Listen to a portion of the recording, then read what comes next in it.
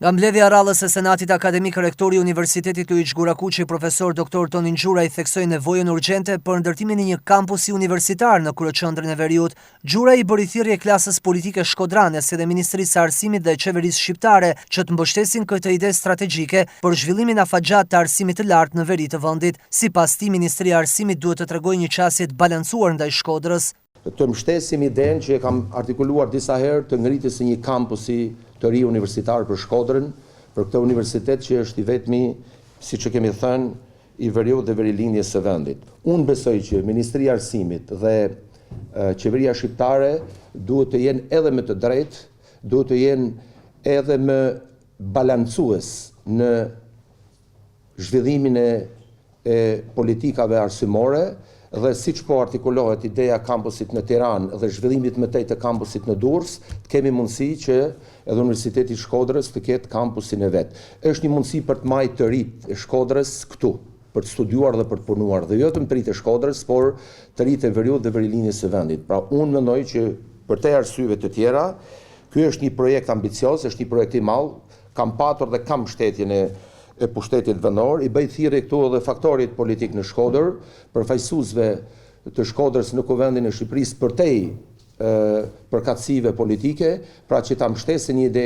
të tillë dhe ne të jemi pra më këmbgulës në konkretizimin e kësaj ideje, edhe pse është një investim i madh, por që unë besoj që ka ardhur koha, ne vitin që vjen do kemi 70 vjetorin, apo jo, dhe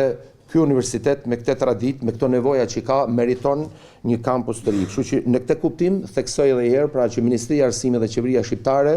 pra të jenë edhe me të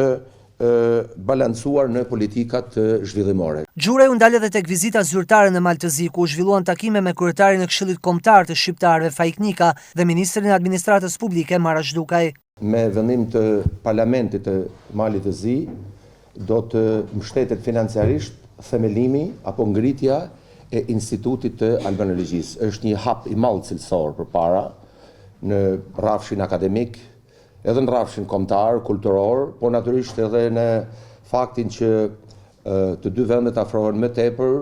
edhe institucionet akademike po ashtu, sepse është një projekt i cili veç se përmirëson më tepër statusin e shqiptarëve dhe të rive shqiptar atje. Edhe Universiteti i Malit të Zi dhe Universiteti jonë, padishutim që ne kemi detyrim më të madh se ato, të mund të elaborojnë më tej hapat konkret. Hapi 2 do jetë besoj një vizitë e faktorit shqiptar këtu dhe përfaqësuesve të botës akademike atje, përfshi dhe profesor David Kalajn, me fakultetin tonë të shkencave shoqërore dhe departamentet të cilat do jenë të përfshirë nesër në konkretizimin e ides pra të ngritjes së këtij instituti që për mua është ndoshta në ngjarjet më të rëndësishme. Senati Akademik në këtë mbledhje shurtoi çështje të rëndësishme për fshirë miratimin e kuotave për vitin akademik 2026-2027, kriteret e pranimit për këtë vit dhe propozimin për dhënien e titullit doktor honoris causa për profesor Lucia Nadin.